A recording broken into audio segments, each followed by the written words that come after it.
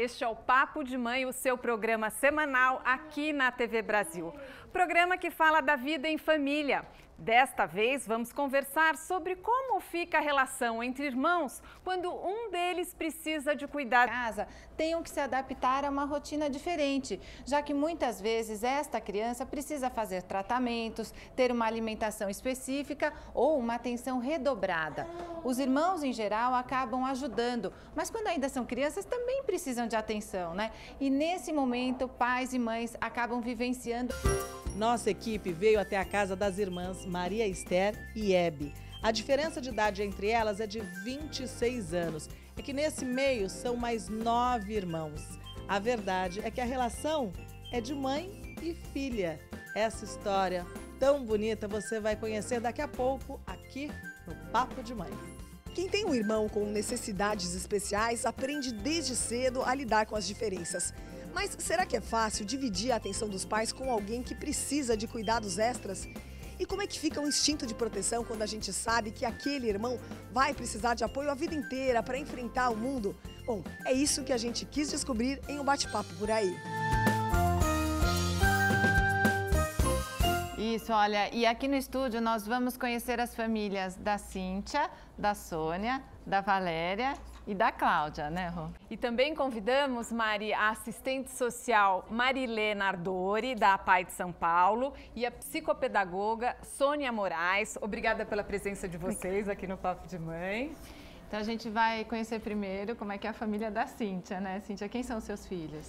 Então, eu tenho 2 filhos que são gêmeos, o Rodrigo e o Bruno. Eles nasceram super prematuros, ficaram um tempão na UTI neonatal no hospital. O Bruno ficou ótimo, ele não tem nenhuma sequela. E o Rodrigo tem paralisia cerebral e tem, enfim, uma série de questões aí. É uma criança que precisa de bastante ajuda. E eu tenho também um enteado que tem 17 anos, que já é mocinho. É o Alexandre, né? É, o Alexandre. E os gêmeos estão com quantos anos? Estão hoje? com 8 anos agora. 8 anos. Bom, e só veio o Rodrigo aqui. Só veio o Rodrigo. O Bruno não O veio? Bruno não pôde vir, mas ele ficou morrendo de ciúmes que ele não pôde vir. Então, e daí como é que é a dinâmica em casa e até como é que é pro Bruno, ainda mais tendo um irmão gêmeo que é idêntico a ele, né? Ver que ele está crescendo, se desenvolvendo, vai para a escola e que o Rodrigo tem essas questões. Como é que tem sido para eles? Ele tem uma relação com o irmão, ele tem uma certa frustração que o Rodrigo não brinca. E às vezes ele fala, poxa, eu queria um irmão que brincasse comigo. Por que ele não brinca? Entendi. E ao mesmo tempo ele tem uma preocupação muito grande com o Rodrigo. Quando o Rodrigo às vezes fica ruim e vai para o hospital e fica internado, ele fica super ansioso. O comportamento dele muda em casa, muda na escola. E Cíntia, você chegou a conversar com o Bruno sobre o problema do Rodrigo, explicar para ele a situação do Rodrigo? Cheguei várias vezes ao longo dos anos e a conversa foi mudando na medida que ele foi crescendo, foi tendo capacidade de entender melhor o assunto. E para muitas coisas você não tem a resposta para ele também, né? Para outras tem, Para mas... muitas coisas você não tem, mas com o Bruno eu percebi essas coisas que a gente não tem a resposta, o simples fato de eu falar para ele, olha, isso eu também não sei, eu também fico angustiada com essa questão. Acho que o fato dele poder dividir e ver que a mãe também não tinha resposta, para ele foi... Quer dizer, é importante, Marilena, ter um diálogo, conversar com esse irmão sobre a deficiência do outro irmão. A Marilena, até autora do livro, tem um irmão diferente, vamos conversar sobre isso. Fala um pouquinho pra gente da sua obra, Marilena, e dessa relação, porque é o que a gente estava falando, né? É importante ir falando aí de acordo com a faixa etária da criança, explicando. Então, há muitos anos atrás, né? Eu fui assistente social no serviço de estimulação precoce, né, da APAI de São Paulo. E os pais nos traziam, né, as mães e os pais nos traziam uma preocupação de como contar, né, para os outros filhos que tinham um irmão que tinha nascido com algum problema. Então, nós começamos a fazer grupo de irmãos, de pré-adolescentes, adolescentes, que também tinham irmãos de 16, 17 anos, que eram filhos de mães mais de idade avançada, né? E foi um sucesso, assim, foi muito gratificante, né, para nós profissionais, porque eles trouxeram dados que você está falando, eles tinham os mesmos sentimentos, né, as mesmas necessidades do saber, do descobrir, ou do não descobrir e ficar com dúvida em relação aos pais. E os pais achavam que eles não tinham essa condição toda de elaboração, com 5, 6, 7, 8, 10, 12... E sempre aquelas desculpas, seu irmão não tem nada, vai melhorar, está doentinho. E aí, sem querer, acaba excluindo também, em vez de incluir esse irmão, E eles tinham muita curiosidade, então nos grupos apareciam situações assim. Eu tenho muitos ciúmes, né? Eu gostaria de ter o mesmo problema do meu irmão, porque se eu tivesse o mesmo problema do meu irmão, eu seria bem tratado, bem cuidado, com mais atenção, do que nem o meu irmão. Né? Ah, Isa quer ir com a mamãe, peraí. Os filhos têm prioridade. Claro. Você quer sentar do lado da mamãe, Isa? A gente pode pôr um banco aí do lado da mamãe. Eu vou pegar, peraí. Daqui a pouco a gente vai conhecer a Cláudia aí, que vai contar da Isa. Cláudia ficou peraí. com saudade da mãe dela, né, Cláudia? Ela quer participar da conversa também. A Isa quer ficar com a mamãe. Isa, ó, você pode ficar no colo da mamãe ou sentar aqui. Senta aqui? Você que sabe, tá bom? Você pode ficar aqui e ouvir a conversa, tá bom? Vai ficar linda nesse banco aí, Cláudia. Ela é a Isa, a Cláudia é a mãe. Pronto. Então, e daí vocês perceberam que, na experiência, verdade, assim, da gente poder relatar tudo isso, né? Então, esse livro está na 5ª edição. Legal. A gente, de tempos em tempos, renova, né? Com outros assuntos, como agora esse novo, já fala da inclusão no mercado do trabalho, do direito à cidadania, toda uma legislação. Então, assim, isso vem ao encontro de muitos irmãos, né? Que às vezes precisavam ler alguma coisa que não existe quase no nosso país, né? E que dá para conversar com os pais, né? Vamos saber da Sônia, como é que é lá na sua casa? Quem são seus filhos? O meu filho é o Marcos Vinícius, que tem 20 anos, e tem o João Pedro, de 9. Estão os dois aqui. Estão os dois ali. Tá ali, eles estão lendo o livrinho, ó, que bonitinho ali. Gostoso. Eu tive o Marcos Vinícius nova, né, com 25 anos. Depois de 11 anos, foi que eu fiquei grávida do João Pedro. Temporão, João Pedro. Temporão, é do mesmo pai. Todo mundo pergunta, né? Do mesmo pai, do mesmo casamento, né? Porque depois de 11 anos... E assim... Ele tem síndrome de Down. Tem síndrome de Down, João Pedro, né? E como foi para o seu filho, que já tinha 11 anos, receber essa notícia? Para ele também não foi fácil, porque aí nós tivemos que conversar, o meu marido foi lá prepará-lo para conversar, que ele, né? Teve um irmão diferente, né? E que eu lembro que na hora, tinha o quartinho dele, isso nós já tínhamos ido para casa. Aí nós compramos um móvel, né, super bacana, com músicas, porque até então precisávamos de muitos estímulos, coisas coloridas, né? Porque você vai pesquisar o que uma criança precisa, né? Aí meu marido comprou um super móvel, né? Super colorido, música de Bach, de Beethoven. Aí eles, na hora de pedir ajuda do Marcos Vinícius para ajudar, né, a montar. Aí estava difícil, ele falou assim, nossa, mas ele já está dando trabalho desde já, olha. Aí eu olhei para ele, né? Aí falei, mas filho, filho, assim, a gente não escolhe. Eu não escolhi ter o João Pedro, foi um presente que eu ganhei. Falei assim, Deus me deu você porque é um presente. Eu amo você, eu amo o João Pedro do jeito que ele veio. E hoje, como que é a relação dos Então, dois, a gente vê? É assim, né? Tem aquela coisa que eu falo de amor, e às vezes da minha irmã que fala que é amor e ódio, né? Porque, como qualquer irmão, como né? qualquer irmão, né? Ao mesmo tempo estão brincando. Às vezes o irmão acorda cedo para ir pro estágio, né? Que ele faz faculdade à noite, estágio durante o dia. Aí eu vou levá-lo até o ponto. Ele quer que o irmão logo cedo fala bom dia, que é o João Pedro. O João Pedro não quer falar bom dia. Aí, acho que ele passou uns 3 dias pela manhã sem falar bom dia. Mãe, ele não fala bom dia pra mim. Vai ele fala bom dia pra mim? Porque ele não fala bom dia. Mas de manhã nem todo mundo quer falar, não é? Mas ele quer que o irmão fale bom dia. Sônia, a gente falou aí da importância do diálogo, né? De você conversar, de explicar a deficiência do irmão. Mas e incluí-lo no tratamento, nos cuidados? Isso é importante ou não? Quando você fala de indivíduo, tanto para a criança que precisa dessa atenção, quanto para os irmãos, ou o mais velho ou o menor, é preciso considerar a idade dele e a vontade dele. Porque há coisas na família que não podem ser negociadas, que vão afetar os mais velhos e se houver a criança mais nova. Agora, se você tem um crescendo já, como é o caso do irmão mais velho, que tinha uma vida de um jeito e que foi mudada porque veio o irmão, mais modificada ainda, com maiores alterações, porque esse irmão está demandando uma atenção especial. É preciso ter um olhar muito criterioso, uma atenção muito grande, porque ele pode querer participar e pode não querer participar. Então tem que respeitar a vontade dele. Respeitar a vontade. A dinâmica da casa não vai ser favorecida nem por um nem por outro. O dilema dos pais sempre será esse. Estabelecer uma regra de funcionamento. Vamos saber como que é na casa da Valéria, então. Bom, eu tenho 3 filhas. A Thaís, que está aí, tem 28 anos, a Maiara com 21 e a Bia vai fazer 11 em novembro. A Bia que está na cadeira de rodas. A Bia é especial. Uhum. E assim, para nós também foi uma surpresa, para começar a minha gravidez, porque eu descobri que estava grávida, eu já estava de 4 meses. Uhum. E assim, a gente, eu não sei agora, mas assim, pelo menos para mim, uma criança especial, tanto com síndrome de Down, quanto com todos outros tipos de deficiência, era uma incógnita, porque assim, a gente não para prestar atenção. Até não acontecer na sua família, você não para. Infelizmente, essa é a realidade. Quando a Bia estava com 4 para 5 meses, eu comecei... Aí eu perguntava para o médico, doutor, ela não segura a cabecinha. Aí você começou a notar que ela não estava se desenvolvendo. Né, ela não está sentando, a gente dá a mãozinha, ela endurece, mas ela não sente o suficiente. Aí ele dizia para mim, não, mãe, é preguiça. Ah, meu Deus. E aí, quando a Bia estava com 8 meses, ela teve 3 dias de febre muito alta, não espirrava, não tossia, não tinha nada assim que caracterizasse aquela febre. E aí eu levei ela no pronto-socorro. Aí a médica falou assim, mãezinha, quanto tempo ela tem? Eu falei, ela está com 8 meses. Ela não está muito molinha? Eu falei, doutora, tá, mas o médico disse que é preguiça. Ela falou, não, mãezinha, não é. Aí eu expliquei para ela todo o processo que aconteceu, né, na hora do parto. Ela falou, você vai ter que passar sua filha num neuro.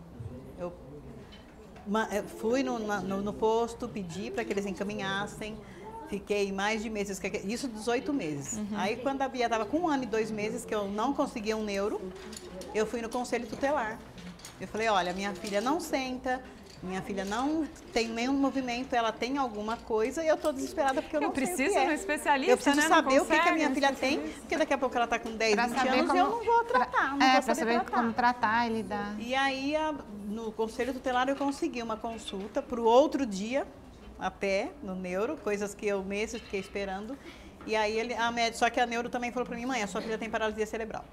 E mandou eu para casa. Putz, e daí, quer dizer, daí e o que mudou na rotina da família? Assim, tudo, porque eu cheguei em casa e falei, ela tem paralisia cerebral.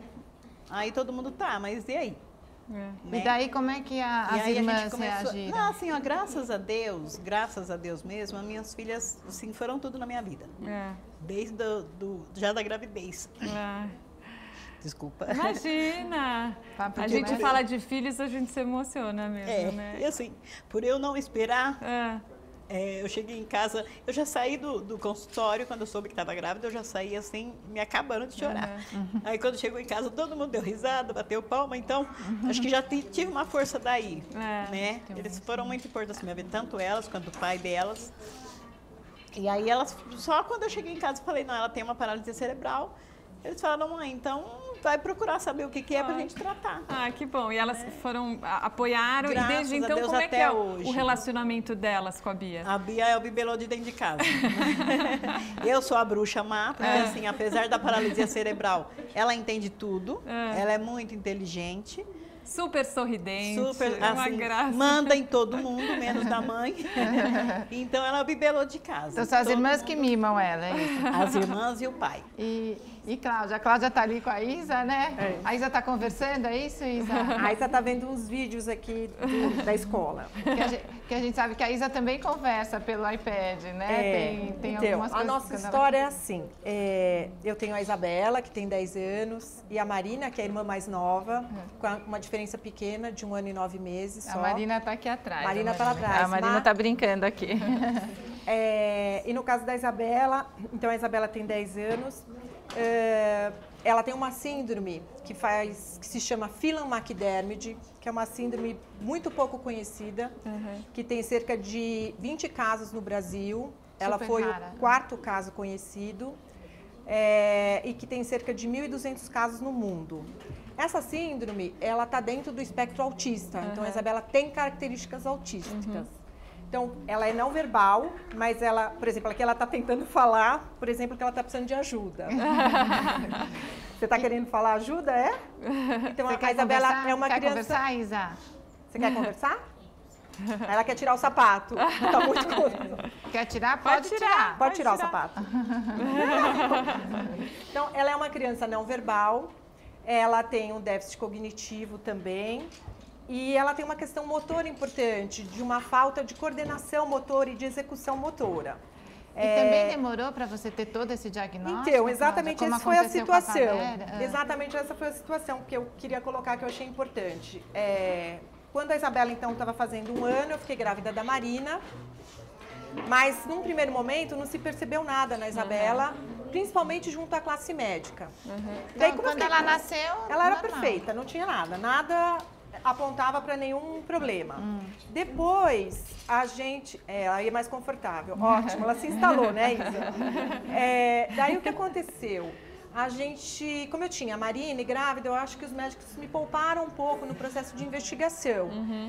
O diagnóstico veio só mesmo depois dos 4 anos. Nossa, né? Então, assim, a gente, toda a primeira infância das duas foi um processo muito dividido, porque eu estava extremamente desesperada para buscar um diagnóstico, né? E tinha a Marina ainda muito pequena. Eu tive um apoio super grande dos meus pais, do meu marido, quer dizer assim... Acho que um conflito como o que a Cíntia viveu, porque são situações diferentes quando os 2 filhos têm a mesma idade praticamente. A diferença era muito pequena. Então, o que acabou acontecendo? O primeiro momento mais angustiante era assim, a Marina ainda muito bebê e eu em busca de um diagnóstico para a Isabela. No primeiro momento, eu já comecei a explicar para a Marina que a irmã dela tinha um dodói, né? Porque eu estava ausente muito tempo. Acho que na primeira infância, assim, como a orientação médica é para a gente estimular muito a criança, você vai procurar todas as ajudas. E hoje, como é que é o relacionamento delas hoje? Então, hoje a Marina já tem 8 anos, ela continua sendo uma criança extremamente amorosa, comigo e com a irmã, extremamente compreensível. Eu ainda poupo muito ela do envolvimento nas terapias, quer dizer, eu não convido, eu não levo, eu realmente deixo ela nas atividades que ela tem. A brincadeira é espontânea, então, nos lugares que a gente frequenta, a relação das duas se elas querem brincar juntas, elas brincam, senão não. Então, acho que eu dou muita liberdade para a Marina fazer as suas escolhas, né? E poupo ela das atividades terapêuticas da Isabela. Eu vou ter que interromper para chamar o próximo bloco, já continua a conversa, tá bom? Olha, no próximo bloco vamos receber a escritora Miriam Portela, autora do livro Alguém Muito Especial. E na reportagem da Fernanda De Luca, a história da Maria Esther e da Hebe. As irmãs têm 26 anos de diferença e a mais velha acabou assumindo o papel de mãe da caçula. A gente já volta.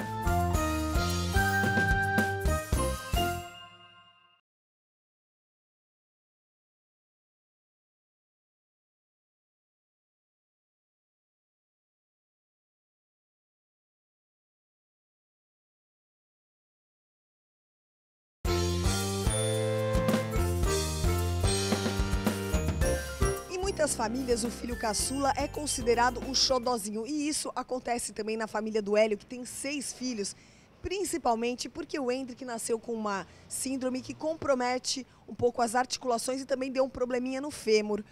Como que são os 5 irmãos com ele? Protegem muito o caçula? Como é que é? A proteção é instantânea, né? Dentro da família é sem novidade, mas o carinho que eles têm por esse pequeno é muito grande. O Matheus, que tem 12 anos e está segurando o irmãozinho dele aqui com todo o carinho, tem, além desse, mais 3 irmãos. E a cada irmão que nascia, vinha uma dose a mais de estímulo. Quando nasceu o outro irmão dele, ele começou a trocar passos depois que o outro irmão dele nasceu. Além do Marcelo, a Cleia tem também uma bebezinha de 9 meses. O que você acha que mudou para ele o fato de ter uma irmãzinha? Ela serve de algum estímulo para ele se desenvolver? Como é que é a relação entre os dois? É o sentimento mais de proteção, né? De ajuda. Acho que foi bem melhor para ele, porque ele era mais sozinho, agora tem mais a bebê, ele cuida bastante. Ele se sente estimulado a fazer atividades para cuidar dela, então? Se sente mais estimulado, isso é verdade. Interessante isso que a gente ouviu na rua, né? Porque a gente conversou no primeiro bloco da ajuda do irmão, que tem que ser uma coisa opcional, mas ele acaba ajudando sem querer, né? Estimulando, servindo de exemplo, né? Muito legal você ter um irmão sob esse aspecto, né? E acho que essa coisa do cuidado também é de irmãos, independentemente de ter ou não um problema. É verdade, é verdade. Muitos deles se sentem comprometidos, né, e responsáveis, muitas vezes, pelo desenvolvimento desse irmão. E, por um outro lado também, eles têm alguns sentimentos de rejeição, né? Onde, assim, fazer de conta que ele não existe. Né? Vivem então, a gente tem né? histórias, por exemplo, nas escolas, onde um belo dia o professor chama, a mãe vai na reunião, enfim, né? E, assim, nunca soube que tinha nascido esse irmão, né? Eles escondem também. Então, você tem os dois lados muito ambíguos, né? Quando nós estamos juntas, e por serem duas meninas, então assim, a troca, o banho, a hora do almoço, nós três almoçamos e conversamos e participamos no carro, no trajeto. Então são referências importantes que eu acho que a Isabela vai se apropriando do comportamento da Marina e que eu acho que é terapêutico, que é familiar, que é gostoso. Que é a convivência, né? Isso eu acho que é uma coisa importante, essa decisão de deixar conviver o máximo de tempo possível, independente, lógico, que a Marina faz os seus pleitos, quer mais tempo, mas essa opção de mantê-las no mesmo horário de escola para que eu possa dividir esses momentos foi ótima. Achei... Não, e depois elas convivendo, a Marina conhecendo as limitações e sabendo das capacidades, você acaba deixando de ter a vergonha, né? Isso, dá mais naturalidade, é isso que eu acho. Olha, agora aqui com a gente está também a Miriam Portela, autora do livro Alguém Muito Especial, que eu vou mostrar aqui para o André. Obrigada pela presença aqui no Papo de Mãe, Miriam. A Miriam é jornalista, escritora, poeta e autora de outros livros infantis que ela trouxe pra gente também, né, Miriam? Mas o Alguém Muito Especial, ele fala da relação entre dois irmãos e um deles tem síndrome de Down, né? É verdade. E é pra criança esse livro. Para criança e para os pais também. E aí fala um pouquinho do livro pra gente. Eu tenho o maior orgulho desse livro. É meu primeiro livro infantil. Eu sou jornalista, sou poeta, mas nunca ousei escrever para criança. Quando eu publiquei esse livro, eu não tinha nenhum tipo de intenção a não ser dar a minha versão. Eu não tinha nenhum comprometimento com nada, eu não tenho filho com Down, não tenho ninguém na família, nada. Eu sempre tive um especial carinho por criança com Down, sempre. Aí, à medida que o livro foi saindo, ele foi sendo adotado no Brasil inteiro. Depois eu vim a descobrir que em Brasília uma organização de mães tinha se associado por causa do livro. Escolas me chamaram na periferia, não sei o quê, e eu sempre fui, porque vocês são mães, sabem, é meu filho, meu primogênito, tinha que prestigiar. E aí ele foi trilhando o seu caminho. E o que fala dessa relação? Como que é essa relação no livro desses irmãos? Olha, é uma relação muito poética. Aos poucos vai estabelecendo uma cumplicidade entre eles. Um código que não é verbal.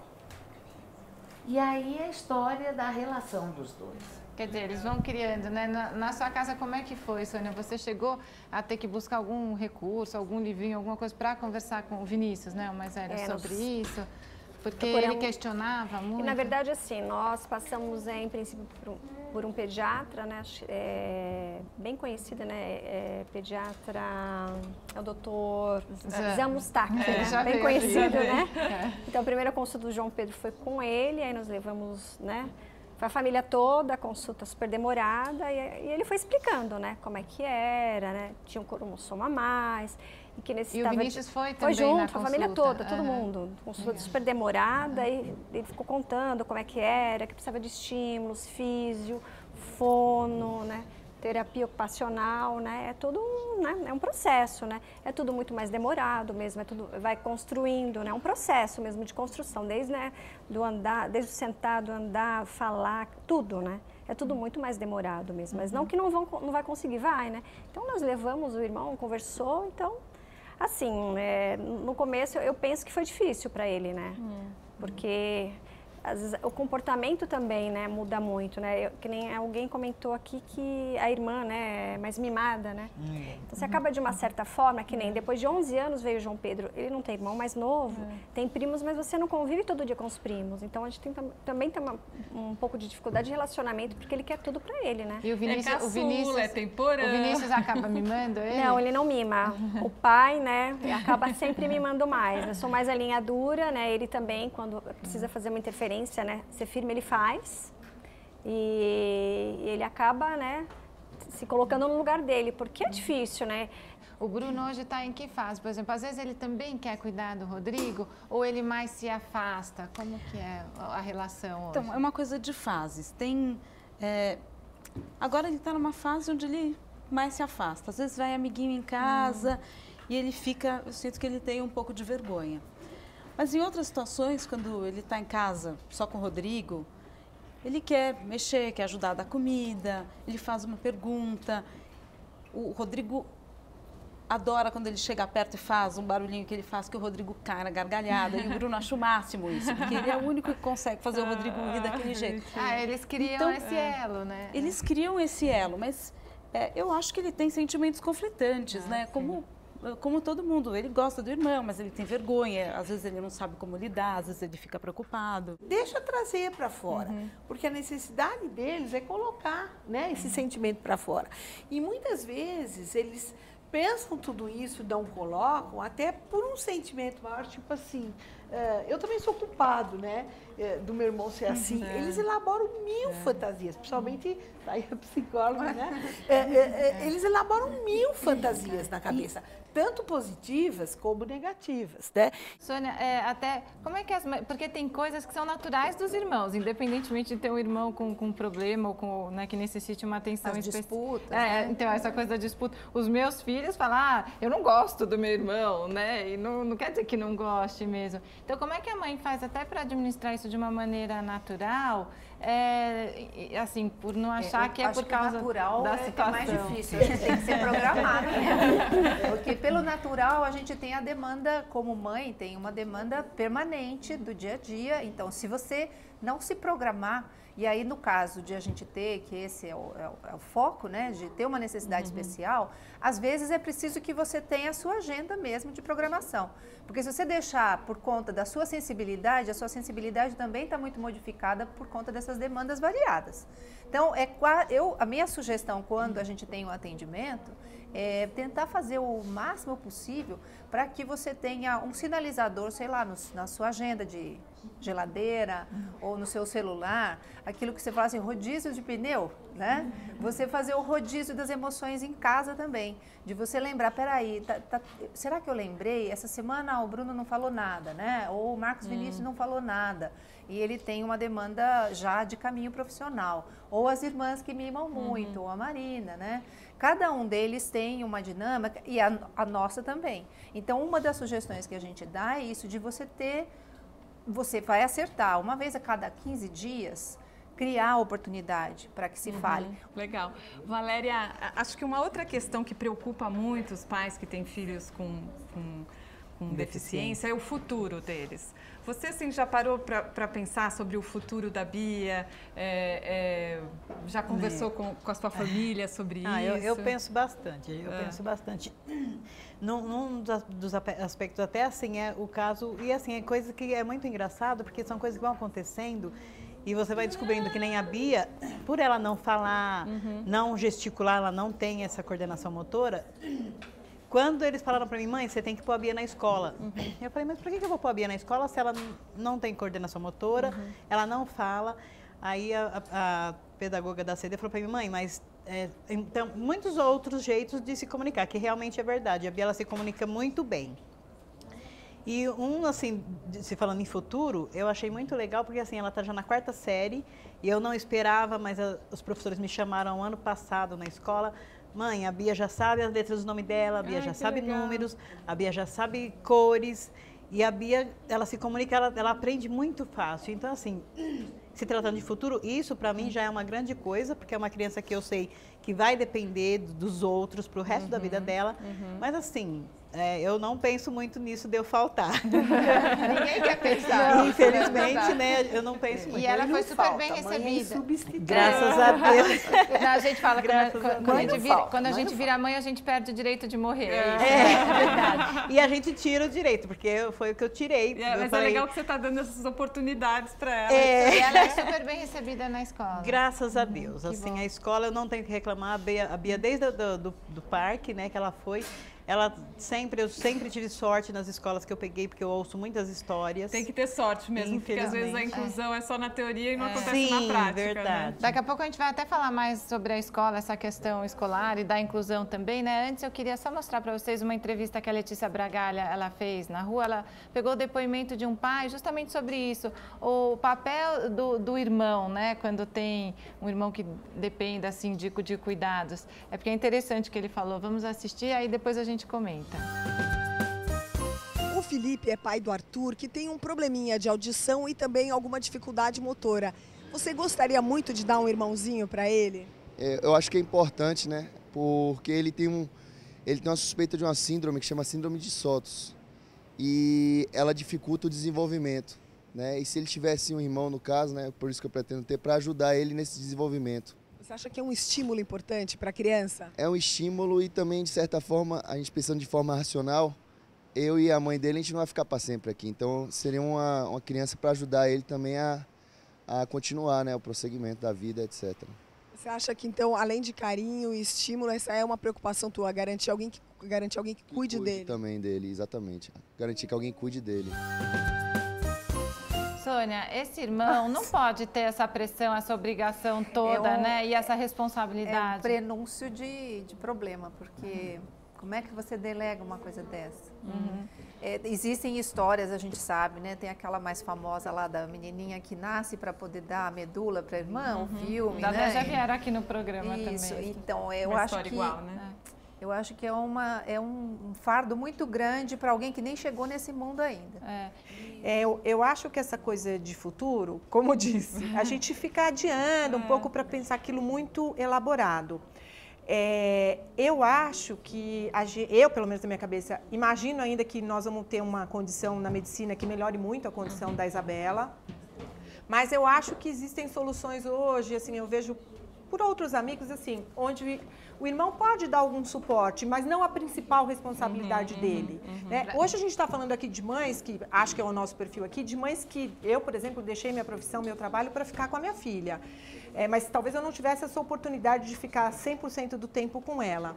Então eu acho que isso daí também faz parte da criança aprender que ela não tem a mãe talvez 100% do tempo com ela tem menos tempo, e aí como é que ela convive então? Fica mais independente até. Então acho que isso também faz parte do exercício da criança que tem a mãe 100% presente, típica ou não típica, ela também tem que ter um caminho de só a minha mãe o tempo todo. Para mim, acho que é muito intenso. É, verdade. E no próximo bloco vamos assistir então a reportagem que a Fernanda de Luca fez com a irmã que cuida da outra irmã 26 anos mais nova. E o Papo de Mãe volta já.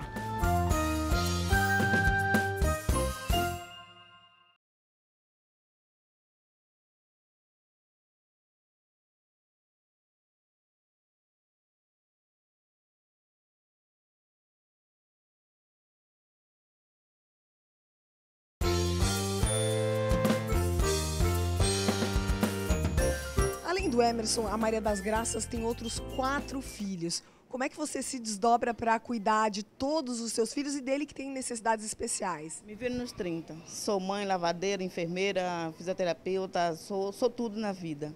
Agora, de tudo, 2 netas ainda para criar. Eu tenho muito orgulho de ter ela, porque ela me ajuda bastante.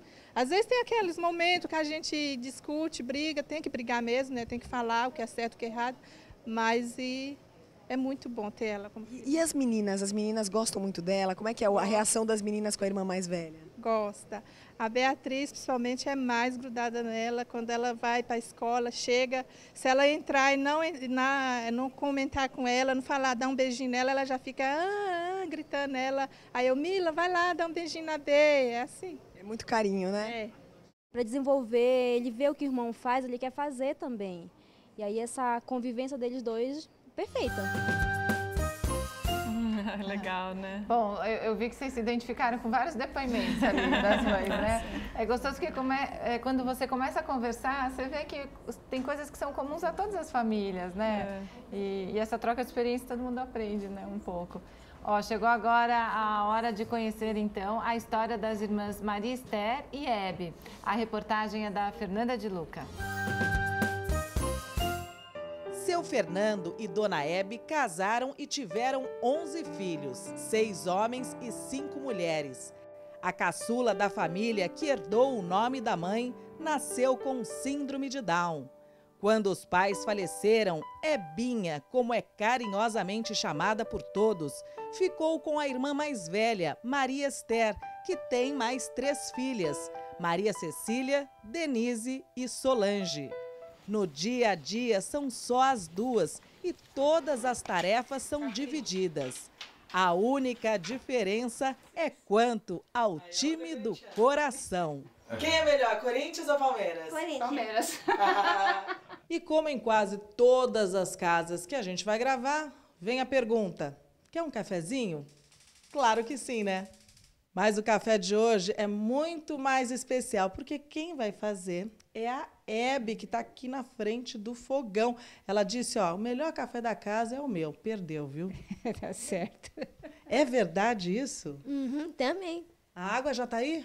Está. Você está aqui de prontidão até ferver, é isso? Também. Vai ficar bom? Ótima. Então vamos esperar. Ela realmente tem muita autonomia, né? Tem bastante autonomia, sim.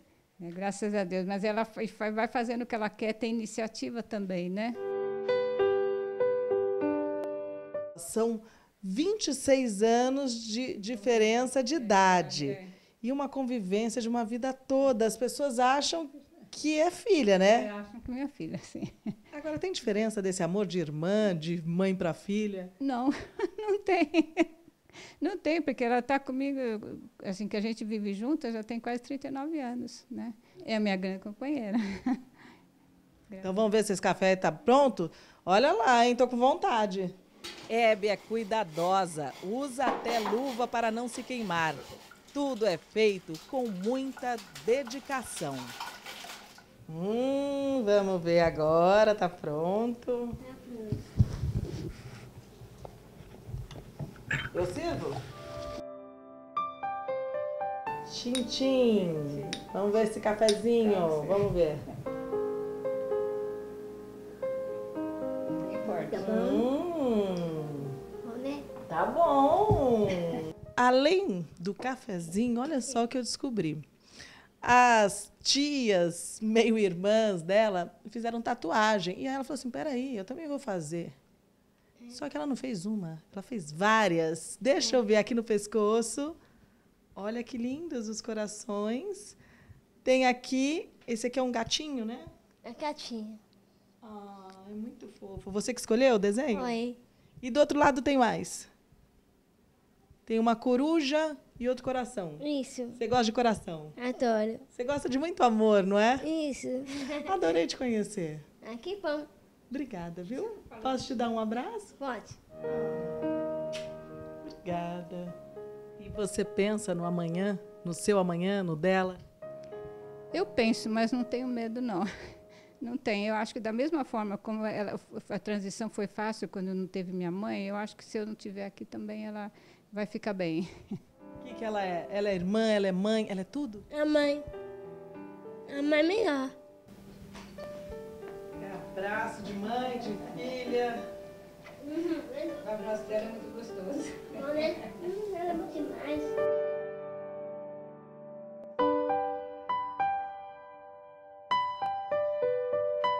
E acredita que a Hebe nunca tinha frequentado, ela está na PAI, na unidade de envelhecimento. Ela nunca tinha frequentado um serviço de estimulação, nada, enquanto vivia com a mãe. Depois, quando a mãe faleceu, eu já estava bem doente, a irmã que é pedagoga, que era a nossa pedagoga, que veio me procurar e dizer o que eu faço com a Hebe. Né? Eu nem sabia que ela tinha essa irmã.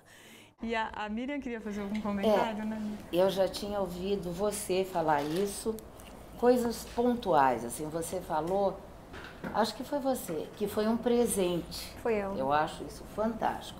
E agora, ouvindo a reportagem, eles falam no natural. É isso que eu tento passar no meu livro e que as crianças aceitam muito melhor que os adultos. A criança especial, ela não é castigo, não é fatalidade, não é nada. É natural. E tratar dessa maneira natural também, isso faz parte da inclusão, né? Claro. Dela ser tratada naturalmente na escola. A gente falou um pouco, que você falou que a Bia vai para a escola, que ela se comunica bem, né? Sim, que ela já está aprendendo a ler. Isso, e lá eu também, da mesma forma que eu faço em casa, eu falei na escola. Porque ela tem as vontades, ela é mandona. Então eu já falei, ó, não faz as vontades dela. Apesar dela ser especial, ela ter as limitações dela, ela entende. Então ela tem que saber também que tem todos os limites, né? Tem tempo para isso, tem tempo para aquilo. Porque no parque todo mundo fazia as vontades. Ela começava a chorar, a gritar, levavam para o parque para brincar. Ela saía da sala de aula. E aí na sala de aula eu ensinei para ela que não, você vai para a escola para estudar. Então tem a hora de você ir para o parque, sim, na hora do intervalo, sim, mas na hora que está na sala de aula você vai aprender. E como que é a Isa na escola, Cláudia? Então, a Isabela, ela está na mesma escola desde os 2 anos de idade. E nesse período, que é um período quase de 8 anos, ela já teve convivência com 3 turmas diferentes. E eu acho que o que mais reforça a questão da criança numa escola regular, no nosso caso, é que o feedback das mães e das famílias vem espontâneo pra gente. Tem uma mãe que outro dia falou uma coisa pra mim que às vezes fica muito forte. Ela fala assim pra mim: acho que a sua filha é mais importante para nós do que você imagina que o grupo seja pra gente. E a Isabela tem sido também um processo de muita estimulação e a gente tinha muita dúvida de como trabalhar com ela. E agora a gente está iniciando a alfabetização, quer dizer, mais tarde do que as outras crianças. A gente optou por um recurso de um tablet. E eu queria até mostrar aqui, que eu peguei a pasta da Isa, eu vou mostrar para o Jajá. Tem o tablet e tem a pasta também, né? O tablet tem alguns elementos parecidos. A pasta é um sistema de comunicação, como ela é não verbal, mas ela tem... Porque a Isa não consegue falar. Isso, o problema da Isa poder falar é uma questão motora, mas ela tem linguagem, ela sabe responder. E ela é rapidinha, que ela vem e coloca, né, as coisas aqui para dizer o que ela quer. Quando ela chegou aqui ao programa, a gente perguntou para ela, quem são os seus professores? Aí ela põe os nomes dos professores. Ela dormiu, olha, nunca dorme à tarde, mas ela tá recebendo um carinho da Carol, ela dormiu. Ela tá com cafunel, o André vai mostrar o cafunel. E ela é rápida, já sabe onde estão todas as coisas. Eu até nem posso não, pode tirar, mostrar. Mas não posso tirar do lugar, não, né? Tranquilo. Então, assim, a pasta é um sistema de comunicação que a gente começou... Que de repente pode ser legal pra Bia também, ela né? Tem. Ela tem uma não idêntica, mas parecida. É um sistema de comunicação que a gente começou já há algum tempo e isso transformou a vida dela, porque cria uma possibilidade dela brincar com os amigos, cria uma possibilidade da gente atestar se ela está entendendo conceitos acadêmicos. Então, a pasta tem a função da comunicação. Ela vai numa escola particular? Ela vai numa escola particular regular. E a Bia? Regular. E a escola particular não, também? Não, na escola pública que ela vai. E o João Pedro vai numa escola particular regular. E ele também está sendo alfabetizado? Ele está sendo alfabetizado. É um processo, né? Porque como tem a questão da fala, então nós tivemos muitas dificuldades em relação ao grupo mesmo. Porque como às vezes ele quer dizer alguma coisa, quer verbalizar, ele não consegue, ele vai lá e puxa o cabelo. Então assim, ele fica muito ansioso, né? Também. Pois é, ele puxa o cabelo. Os amigos têm que saber que é demonstração de carinho. Então, mas como a Isabela teve terceira turma, né? João Pedro está na segunda, ele está na mesma escola, ele está com 9 anos, ele está na escola há 6 anos, na mesma escola, só que ele está na segunda turma. Na primeira turma nós tivemos muitos problemas, porque ele mordia muito. Então, assim, não é fácil também trabalhar, acho que também a escola tem que estar mais aberta, né, para isso. Bom, mas a gente viu que para os filhos de vocês é importante ir para a escola e eles têm esse direito. No caso do Rodrigo, né, Cíntia, acho que vocês decidiram que para ele não era o caso de ir para a escola. A gente decidiu que não era o caso dele ir para a escola. Foram várias conversas com a neurologista dele e onde ela chegou à conclusão de que o melhor para ele era ficar em casa e ele faz tudo o que ele precisa fazer em casa. Porque ele é uma criança muito comprometida, ele tem a parte motora comprometida, ele tem cognitivo comprometido, ele se alimenta através de uma sonda gástrica. Então, ele não ia se teria beneficiar. ganhos. Então, no caso dele, foi essa opção. No caso dele, ele não iria se beneficiar. Tem que analisar o que funciona para cada família e, no fim, a gente dá conta, né, Cíntia? Dá conta. Às vezes tem alguma coisa que não fica feita aqui ou ali, né? A gente vai equilibrando os pratinhos. Mas em qualquer caso, né? Porque também a gente não dá conta de tudo. Tudo bem. E nada de sentimento de culpa. Né? A Letícia Bragalha também conversou com pessoas que têm deficiência que falaram dos irmãos. E ainda encontrou a Camila, que tem irmãs gêmeas com paralisia cerebral. São depoimentos bem bonitos. Vamos assistir. Meus irmãos sempre eles me apoiam porque eu sou um rapaz deficiente e sempre ajudo o próximo e sempre eu estou aqui marcando exame para os deficientes e lutando para eles e trazendo eles com minha motinha. Me conta uma coisa, você cuida dos seus irmãos e os seus irmãos cuidam de você? O que você faz para eles e o que eles fazem para você? Como é que é? É muito legal. Eles me ajudam e eu ajudo ele. Como é que eles te ajudam? Me ajuda eu ir no banheiro, me leva pro quarto. E o que você ensina para os seus irmãos? Que não pode fazer bagunça. Ah, você é um menino educado, então? É. É gostoso ter irmão? Aham. E esse caçulinha aqui é o seu xodó? Aham. A Camila é a filha mais velha dessa família aqui, ó, onde só tem mulher bonita. Agora, quando as suas irmãs nasceram com um probleminha no cérebro, você tinha 7 anos. Você teve a compreensão de que elas eram crianças com necessidades especiais? Não tive. Só depois, assim, que a minha mãe foi me explicando tudo, aí que eu fui começando a entender. E como é que você reagiu? O que você sentiu quando você soube que as suas irmãs tinham essa necessidade especial? Normal, só que aí depois eu comecei a ajudar mais a minha mãe. Bonitinho, os irmãos falando. A Letícia conversou com eles na ACD, agora a gente vai ouvir os irmãos aqui também. Só quero destacar aquele menininho que disse que ele ajuda os irmãos, como é que é? Os irmãos ajudam ele e ele também ajuda os irmãos, educando os irmãos, né, também. E a Laura vai fazer as entrevistas, a Laura vai entrevistar os irmãos aí atrás, Laura, com você, vai. Você gosta de ouvir música? Você gosta de ouvir música com a sua irmã também? Mostrar pra ela? Olha, eu gosto de músicas diferentes da minha irmã. Por exemplo, eu gosto de música em inglês, eu gosto de música animada, mas a minha irmã gosta mais daquelas músicas ainda infantis. E aí tem que respeitar o gosto de cada um, né, Marina? E você, a gente ouviu que a sua mãe falou que você mima muito a sua irmã, é verdade? É verdade. Eu mimo porque eu quero, mas às vezes ela me obriga a mimar ela, né? Ela obriga a fazer tudo o que ela quer. Fofo. Que diz que a Bia é mandona, né? Muito, mandona mesmo, Thaís? Demais. Agora o Vinícius, né, Laura?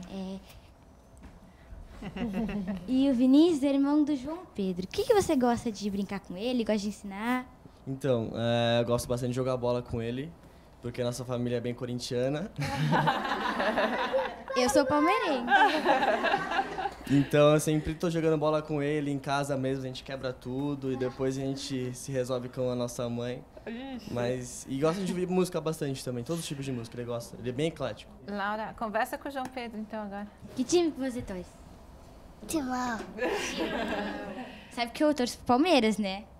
Você gosta do Palmeiras? Pouco.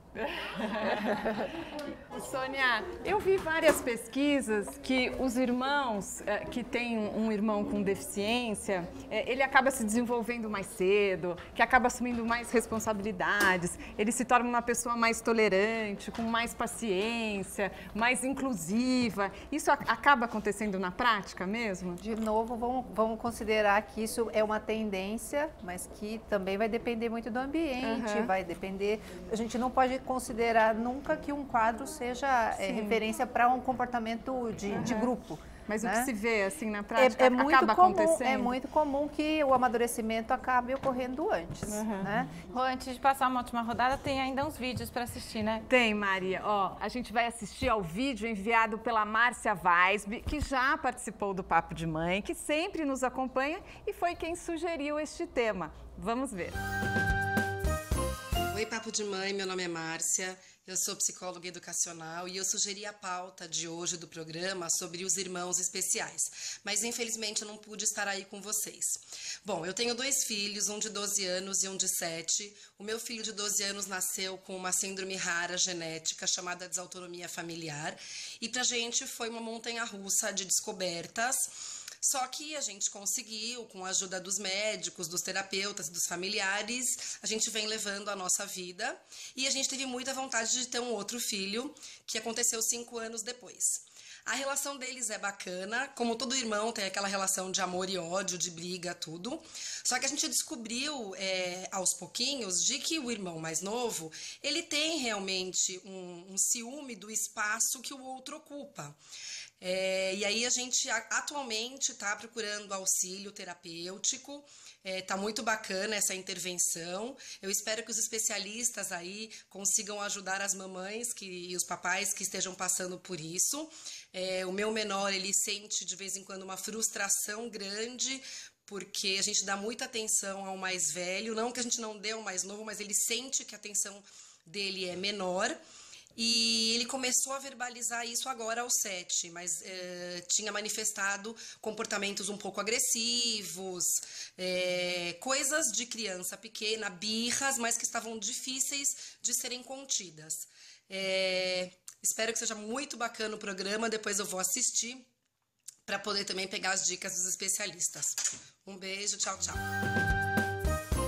Obrigada, Márcia, pelo vídeo que você enviou, por sugerir esse tema que a gente viu que realmente é tão importante. E obrigada pelo depoimento, né? Então, quero agradecer, então, mais uma vez a participação da Cíntia, da Sônia, da Valéria e da Cláudia. E aí eu quero saber de vocês se tem site para divulgar e-mail. A Miriam, tem site ou e-mail para divulgar? Não. E os livros estão à venda nas livrarias? Estão, mas, em geral, esse livro está nas livrarias. Mas ele foi muito adotado em escolas e pelo governo, essas coisas assim. Tá legal. E a Marilena tem site para divulgar? Pode entrar no site da APAI, www.apai.sp.org.br. Tá legal. E a Sônia? Eu tenho um blog de atendimento mais na área de neuroaprendizagem, né? Chama-se Sobre Psicopedagogia. Tenho a página no Facebook e o blog. É só colocar Sobre Psicopedagogia que aparece. Ah, legal. Obrigada mais uma vez. Isa, obrigada, viu, Isa, por você ter vindo. Um beijo para você. Olha, no próximo programa a nossa conversa vai ser sobre celular. Pais, mães, filhos, não adianta. A família toda vive com o aparelhinho na mão. Mas como usar nossos celulares de uma maneira saudável? Será que é possível, Mari? Olha, não sei, Rô. Eu sei que tá todo mundo nervoso aqui porque a gente mandou desligar o celular, viu? Olha que além da dependência, o uso do celular também pode causar vários outros problemas, até problemas ortopédicos, viu? Não perca o próximo programa aqui na TV Brasil. Até. Obrigada, gente.